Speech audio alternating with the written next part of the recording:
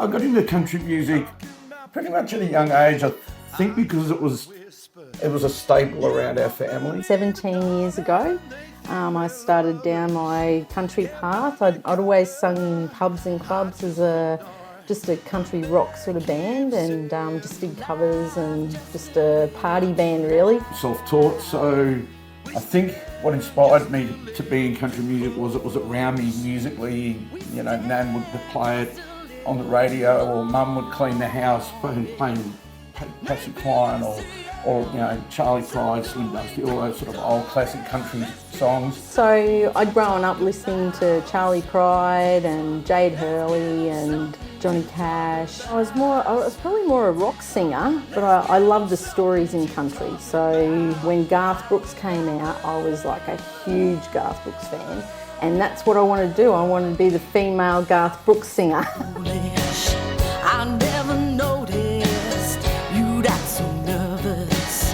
Could you be falling for me? It took a rumor. Well, my first time meeting Nell, I was in a career. I was very driven by what I believed the career was based on.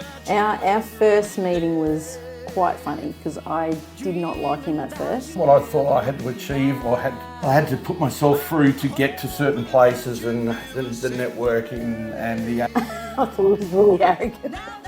Probably got a bit of arrogance about me, but also worked damn hard. When we first met, I was actually writing for my album. First time that I physically met Nell was a co-write that I got invited to by her producer at the time and my good friend and manager, Michael Flanders. Loves his country rock, and I'm like, oh, okay, that's great. And gave me a CD because I hadn't listened to him, gave me a CD to listen to him. I did not make a good impression.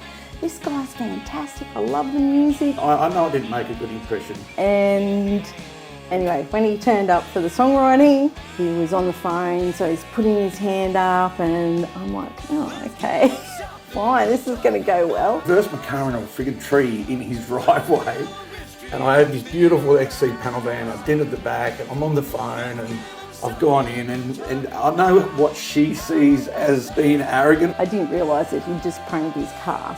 Dealing with the fact that dent was probably going to cost me my next bag of weed. I just didn't think about the moment of impressing somebody new in the industry. I didn't think about Nell and who was in the room at the time, and I did that a lot. Tonight, those telephone calls help ease my mind. Yeah, we wrote a song called Those Telephone Calls, so that's on my first album. Our friendship grew from that song we wrote, which was Telephone Calls. You know, we become friends. It just grew.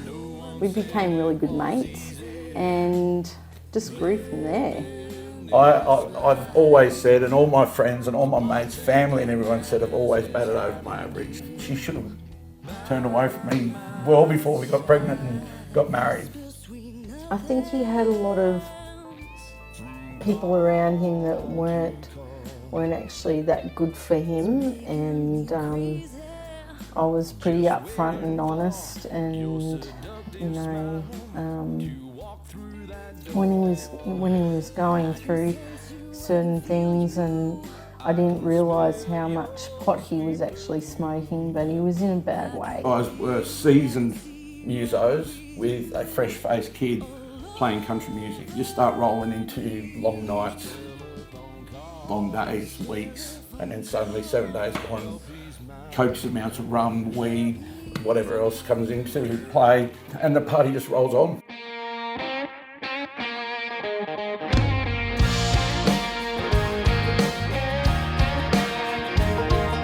It was New Year's Eve, or Christmas time, and Nell's opened the door of friendship and said, hey, come up and have New Year's Eve with me and my family up on the Sunshine Coast. And I'd never been really up this way. And anyway, we had a great afternoon, everything was going really well. And so I did, and I've come up, and I've turned up there just as her friend, just to celebrate New Year's Eve.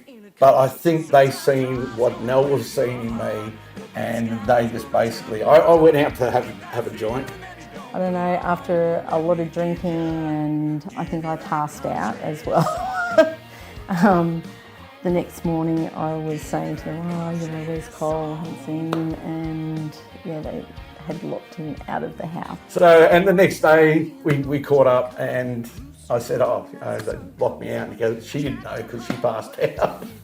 So I'll let her tell you what happened to her when I left. When I started doing the music at Tamworth and that, you know, Cole would say to me, can you come and pick me up so I don't have a big night? You know, I've got a big day tomorrow. And I was always like really passionate about the music, so I would go to bed early and get a good night's sleep so my voice was good the next day. And so I'd go, yeah, I'll come around and pick you up. And so I'd turn up at the venue and he'd go, nah, I'm having a great time, I'll see you tomorrow. Denial's a big thing when you actually do have an issue with what you're doing in life. I look back now, I know that there was a problem, but back then, the Cole now, if I was able to go back and tell the Cole then, I would have told him to put my head in. But back then, I just thought it was the norm. I didn't really think too much about the effects that it was having around me. What I heard about Cole before I first met him was he was a bit of a player. You know, he was a party boy. Just that he was a bit wild, bit crazy. No, I didn't think back then I had a problem. I didn't think there was an issue with what we did because there was a lot of it around me. I wasn't the only one. There was a lot of the industry would end up coming to my parties or being there and bringing the substances and the alcohol and stuff like that. And no, I can't remember Cole ever being a big drinker, or I never saw him smoking marijuana, you know, or doing hard drugs in front of me at all. Maybe, you know, once or twice.